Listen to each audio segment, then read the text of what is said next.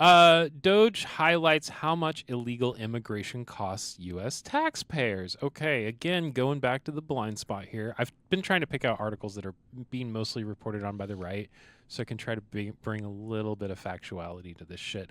Also, I kind of want to let people know, because I feel like this audience may tend to get their news sources from more left-leaning sources. So maybe I'm trying to bring some news that's being reported on by the right, but then I'm also trying to bring a little bit of factuality to it as well. So in 2023, illegal immigration cost taxpayers $150.7 billion, according to the DOGE X account. Now, it's weird. I wonder where these numbers come from. So we're going to scroll down, and we're going to go to a Newsweek article here, because most of this is being reported on by the right. Newsweek is the first one that we get center-leaning coverage and high factuality. So we'll click on this. You know what we're going to get? We're going to get people being like, oh, yeah? What? Liberal Newsweek? Liberal Newsweek? Read full article. That's what I was clicking for. There you go. Okay. So basically, we're not gonna go through this too much. I want to get to where this number comes from. $150.7 billion. DOGE, which is claiming to be a government agency now, in an administration that hasn't even taken power yet, posting this on their X account. Where does this $150 billion come from? So if we scroll down, the figure, if correct, would rival federal government spending across all other agencies, comparable to $151 billion. So we scroll down. DOGE cited a March 2023 study by the Federation for American Immigration Reform, or FAIR. Who's FAIR? Huh. Well, we scroll down, and Newsweek is one of the only articles that reports on who FAIR is. FAIR, described by Georgetown University's Bridge Initiative as an anti-immigration organization, and it's actually listed as an anti-immigration organization even on the website. Fascinating. Yeah, is currently classified by the Southern Poverty Law Center as a designated hate group due to alleged ties to white supremacist groups and eugenics. What? Wait, what? What? So you're telling me that this X account that is claimed to be owned by an official government agency is claiming sources.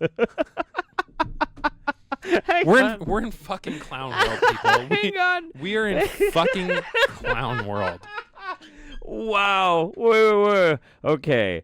Hang on. So, look, I understand there's going to be an initial pushback because a lot of people, they don't like the SPLC, the designate anybody as a hate group and whatnot. However, that being said, it's one thing if they just say, well, that's a hate group. It's another if they very specifically are citing things like eugenics. And ties to white supremacy? I mean, that's pretty bold. That's pretty bold. Here, continue. FAIR evaluates policies seeking out solutions that help reduce negative impact of uncontrolled immigration on the nation's security, economy, workforce, education, healthcare, and environment, the organization website reads. FAIR's previously described the SPLC's hate group label as a vicious smear and said that many of the organization's subject to the broad brush approach of this label merely espouse political views that the SPLC and other like-minded groups disagree with. Okay, so right. The rest of the article is just a pissing match between the SPLC and FAIR. But the point stands. Okay, here, put me on it and change that. Yeah. Oh yeah, this works. FAIR leaders have ties to white supremacist groups, and eugenicists have made many racist statements. Its founder, the late John Tanton, has expressed his wish that America remain a majority white population, a goal to be achieved presumably by limiting the number of non-whites who enter the country. One of the group's main goals is upending the Immigration and Nationality Act of 1965, which ended a decades-long racist quota system that limited immigration, mostly to Northern Europeans. FAIR current president Dan Stein has called the act a mistake. In their own words, immigrants don't come all church-loving, freedom-loving, God-fearing. Many of them hate America, hate everything the United States stands for. Talk to some of these Central Americans. And listen, and that's him being interviewed by Tucker Carlson. Now, that might be partly true. but that's a very broad statement, and it has a very specifically like charged political tone to it. That's wild. That's really, really wild. Do we leave it to individuals to decide that they are the intelligent ones who should have more kids? You want an IQ test to be able to like have children? Wow.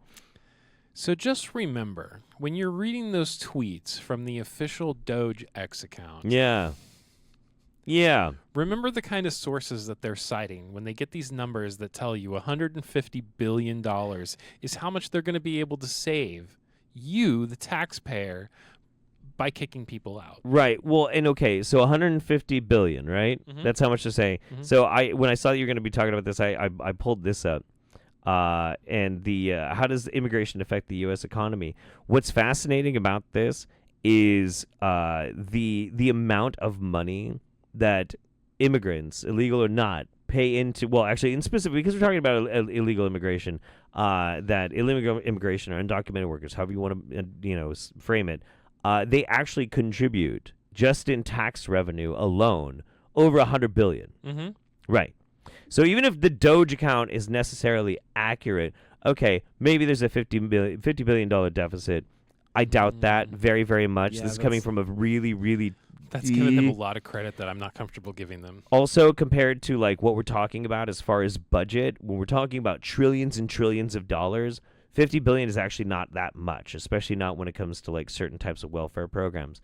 But also, the cost that it would be to try and deport these people is projected to be hundreds and hundreds and hundreds of billions of dollars. I mean, an insane amount, because the numbers that they're talking about and wanting to deport them would require places to house them and facilitate them. We're talking millions of people. Like we're talking cities worth of people. We're just going to have send to them build to Canada, and that's going to be the tariffs that they pay. I don't know, man. I don't know. The whole thing is absolutely bananas, and it was like that other article we were talking about, where they're trying to get this guy that totally screwed up COVID relief and hurricane relief to be part of the DOGE. Like that's an entire fuck up. Yeah, Moskowitz. And then they're going to try and use these numbers to try and push this. All of this is amateur. None of this makes any fiscal sense. No economic sense whatsoever. But conservatives think that this is going to save them money. So, well, we'll see how that pans out. That's fascinating. That was good. That was good. Yep. So.